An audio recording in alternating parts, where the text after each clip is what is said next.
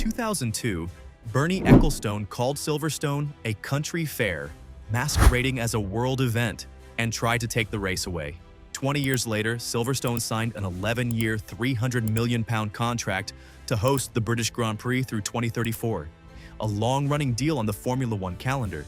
Silverstone says 89% of the fans watching this race will be back next year, the highest repurchase rate in the sport. So how does a track that was nearly killed off become the one venue Formula One can't afford to lose? Silverstone wasn't built as a racetrack, it was built as a wartime airfield, a Second World War bomber base. In 1948, the Royal Automobile Club leased a patch of decommissioned RAF tarmac in Northamptonshire, painted a circuit on it with hay bales for corners, and called it a racetrack. 2 years later, it hosted the first race of the first Formula One World Championship. That's the heritage. Now here's the curse. By the early 2000s, the company that owned the circuit, the British Racing Drivers Club, was losing money on the race. Bernie Ecclestone, the man who ran Formula One, had a 5% annual escalator clause built into the hosting contract. Every year, Silverstone had to pay him more. In 2004, he said the venue had squandered investment and was an embarrassment. He publicly threatened to move the race to Donington Park. So when every other historic European track was being priced out by Bahrain, by Abu Dhabi, by Las Vegas, what exactly did Silverstone build that they couldn't? Most people assume the answer is ticket sales. And on paper, the maths is enormous. 480,000 fans across the 2024 weekend attended the Silverstone race weekend, including a record 164,000 on race day. And Silverstone circuits reported £104.4 million in total turnover for 2024. The accounts do not break out ticket revenue alone, but they show the scale of the business. Silverstone is no small heritage venue surviving on nostalgia. And here's where it gets interesting. Silverstone's parent company posts its accounts at Companies House. In the financial year ending December 2024, Silverstone Circuits Limited reported revenue of £104.4 million, up 30% year-on-year. Profit, £12.4 million. The single largest revenue line wasn't ticketing. Here's how their £104.4 million breaks down. According to Peter Digby, a director of Silverstone Circuits, the British Grand Prix weekend alone accounts for more than half of annual revenue. That's 3 days of activity generating over an estimated £50 million. So what produces the other half? MotoGP, the British Touring Car Championship, corporate driving experiences, the Silverstone Museum, which has done over 500,000 visitors since it opened, the new Escapade Hotel, 184 en-suite trackside rooms and 60 residences, all overlooking the start-finish straight, and the part nobody outside the industry talks about, conferences and banqueting. A racetrack that operates as an event venue 365 days a year. That's the real business. And this is the part nobody talks about. This building, The Wing, opened in 2011.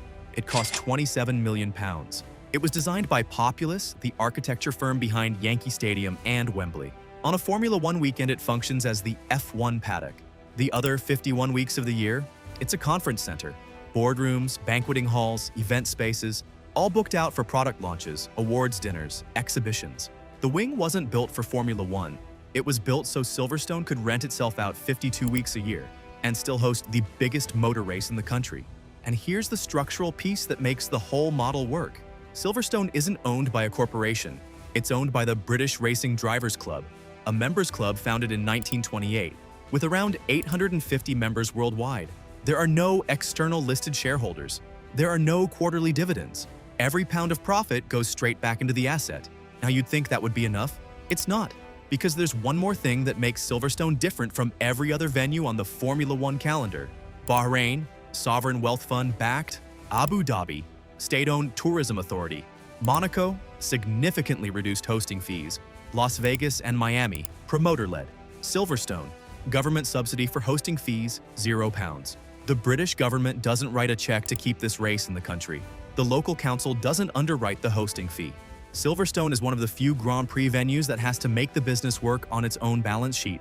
They didn't inherit a business model. They had to develop a new, highly diversified business model to remain financially viable without significant public funding. The cleanest way to think about Silverstone is this. Imagine a country club that owns the golf course underneath it. Most Formula One venues are just course operators, like they pay rent to a city, they collect green fees, and the city decides whether the club stays open next season.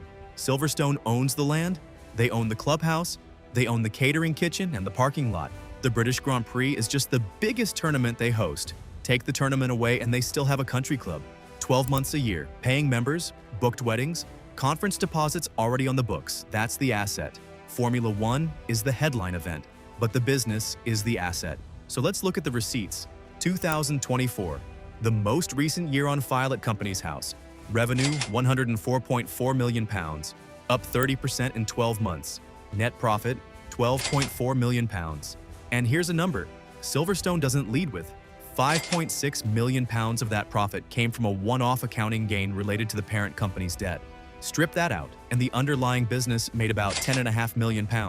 That's still a healthy margin on a single venue events business.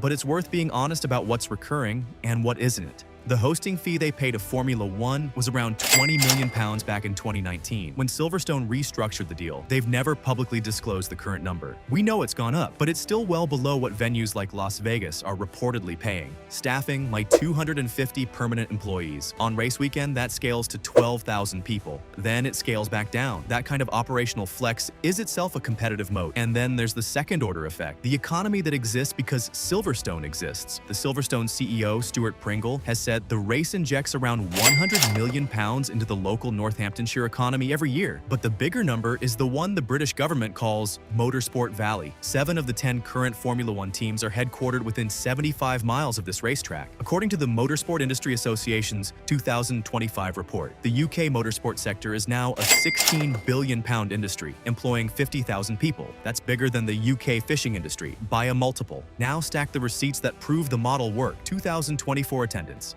480,000 across the weekend. Race day attendance, 164,000. That's the largest single-day ticketed sporting event in British history. Fan repurchase rate on the record from the organizers, 89%. In any other industry, you'd call that a subscription business. And in February 2024, Silverstone and Formula One signed an extension, 11 years through 2034. Reported value, around £300 million. It is one of the longest contracts on the Formula One calendar. Longer than Monaco, longer than Monza, longer than every venue that runs on government money. In 2024, Silverstone secured a long-term extension to host the British Grand Prix through 2034, one of the longest agreements on the Formula One calendar when it was signed in 2024. So what comes next? There's a development plan drafted by Whitecap Consulting for the BRDC called the Silverstone 2035 Vision. The headline, a year-round international destination, hotel expansion, EV testing, esports, an advanced engineering cluster. Silverstone Park already houses around 90 businesses in motorsport and high-end manufacturing, which leaves an interesting question. If Silverstone, with zero government subsidy, has the longest contract in Formula One, what happens to the venues that are subsidized when those governments decide the bill is too high? Here's the lesson, and it's a lesson that applies a long way beyond Formula One. Silverstone didn't reinvent itself as a racetrack. They reinvented themselves as an asset operator. The race is the marquee. The asset is the business. Anything you can plug into the asset 51 weeks of the year, conferences, hotels, museums, motorbikes, weddings, compounds the value of the marquee. That's the playbook. Any venue, any sport, any city,